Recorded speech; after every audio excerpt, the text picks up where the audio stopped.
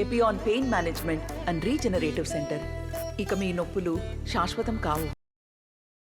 ఈరోజు సోదరిమణి division corporator Pravalika గారు ఒక ఆధ్వర్యంలో కరెన్సీ నగర్ దగ్గర నుంచి విజయలక్ష్మి కాలనీ దాకా ఈరోజు కాలనీ అధ్యక్షులు కానివ్వండి, సెక్రటరీస్ కానివ్వండి, అన్ని కాలనీల అధ్యక్షులు సెక్రటరీస్ కలిపి ఈరోజు ఇంటింటికి ప్రచార కార్యక్రమం నిర్వహించడం జరిగింది. చాలా సంతోషంగా ఉంది. ఎందుకంటే ఒకటి, అన్ని కాలనీల పెద్దలు కానివ్వండి ప్రతి ఒక్కరి గారు మాతో పాల్పంచుకోవటం, మా ప్రచార కార్యక్రమాలు పాల్పంచుకోవటం, వాళ్ళ దీవెనలు, వాళ్ళ ఆశీర్వాదం ఇస్తాం.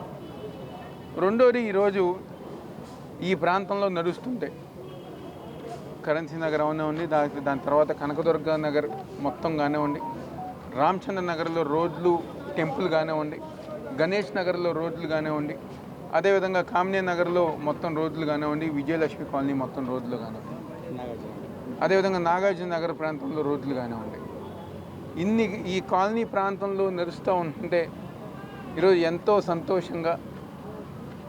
ఎందుకంటే చేసిన అభివృద్ధి కార్యక్రమాలు ఎవరైతే అభివృద్ధి జరగట్లేదని చెప్పని అంటున్నారో వాళ్ళకి ఉదాహరణ ఈరోజు 3వ డివిజన్లోని కరెన్సీ నగర్ దగ్గర నుంచి విజయలక్ష్మి కాలనీ ప్రాంతం. ప్రతి రోడ్డు ఇక్కడ స్థానికంగా పెద్దలు అడిగిన ప్రతి రోడ్డు గర ఏ రోజు గర కాదనకుండా, ఏ రోజు గర కాదు అని చెప్పకుండా ఈరోజు అన్ని రోడ్లు వేసిన ఘనత ఈరోజు వైఎస్ఆర్ కాంగ్రెస్ పార్టీ, జగన్మోహన్ రెడ్డి గారు ఒక నాయకత్వం. ఈరోజు ఆ నమ్మకంతో, ఏ నమ్మకంతో అయితే అడిగిన వెంటనే ప్రతి కార్యక్రమం చేసామో ఈరోజు పెద్దలందరూ ఒక ఆశీర్వాదం గారు మా పక్కన అలాగే ఉంది. అదేవిధంగా నేను గారు కోరికనేది ఒకటే, కాలనీ ప్రాంత వాసులకి ఏ విధంగా అయితే 5 సంవత్సరాలు మీరు అడిగిన ప్రతి కార్యక్రమం మేము చేసి పెట్టాము, రాబోయే ఎన్నికల్లో గారా చాలామంది పెద్దలు సహకరిస్తున్నారు. మిగిలిన కాలనీలో ఉన్న పెద్దలు గారా సహకరించండి. ఎందుకంటే మనం ఓటేస్తానికి మొట్టమొదటి ప్రాణానికం అభివృద్ధి. ఆ అభివృద్ధి ఈరోజు జగన్మోహన్ రెడ్డి గారి నాయకత్వంలో జరిగింది. ప్రతి రోడ్డుగా వేసాం. ఇదివరకు పార్కులు కట్టాం. 2019 ముందు ఇదే ప్రాంతంలో కనకదుర్గ నగర్ కానివ్వండి, లేకపోతే పక్కన ఉన్న గణేష్ నగరు, నాగార్జున నగర్ కానివ్వండి, కామినీ నగర్లో కానివ్వండి, రామచంద్ర నగర్లో కానివ్వండి, ఈ ప్రాంతాల్లో గతుకుల రోడ్లు ఉంది. వర్షం పడితే మొత్తం అన్నిగా నీళ్లు నిలిచిపోయిన రోడ్లు ఉన్నాయి. 5 సంవత్సరాలు ఇదే పెద్దలు ఆ రోజు తెలుగుదేశం పార్టీ అధికారంలో ఉన్నప్పుడు ఎమ్మెల్యే దగ్గరికి కానివ్వండి, వీళ్ళందరి దగ్గరికి వెళ్తే ఒక్కరు గారు చూస్తామని కానీ ఎవరు గారు పట్టించుకోలేదు. అయినా 2019లో ఈ ప్రాంత వాసులు అందరు గారు తెలుగుదేశం పార్టీకి ఓటేశారు.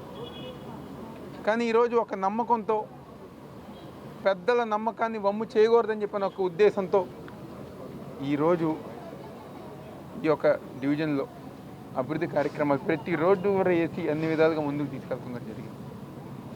మేము కోరుకునేది ఒకటి, ఇలాంటి అభివృద్ధి కార్యక్రమాలు. ఇంకా మనకి మెయిన్గా ఆ గుంటరేప ట్రైన్ ఇష్యూ ఉంది. దాన్ని పూర్తి చేసే బాధ్యతగా మేము తీసుకుంటాం.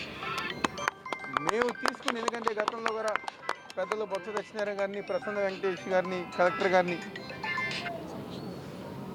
తీసుకొచ్చిన తర్వాత గుంటదప్పు ట్రైన్ సంబంధించి శాంక్షన్ అవటం కూడా జరిగింది.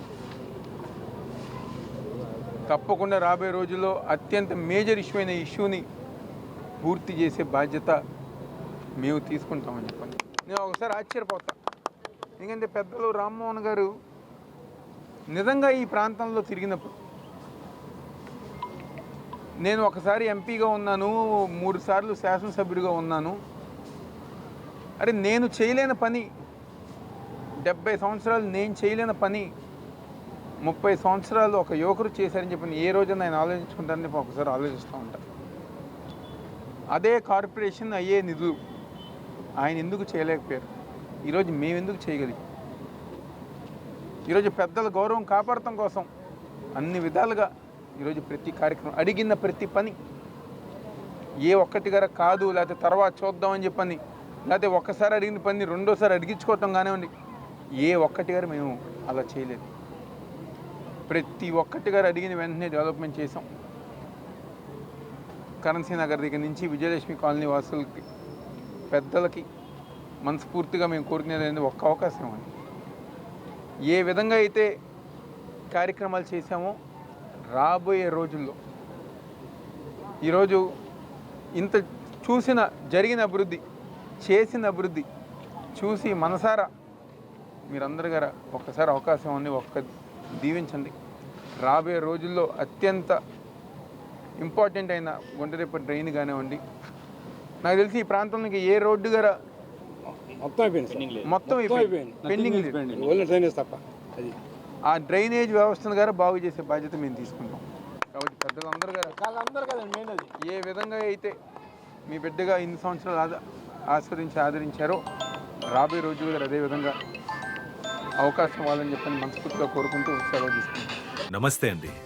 ఇది వ్యాపారం గురించి కాదు, ఓటు గురించి. ఎన్నికల్లో ఓటు వేయడం మన హక్కు మాత్రమే కాదు, కర్తవ్యం. ఎంతో మంది మహా నేతలు శ్రమించి ప్రాణత్యాగం చేసి ఈ అవకాశాన్ని మనకిప్పించారు. అందరూ ఓటు వేద్దాం. ఎందుకంటే ఓటు హక్కు ఊరికే రాదు. నా ఓటు ఎవరికో తెలుసా?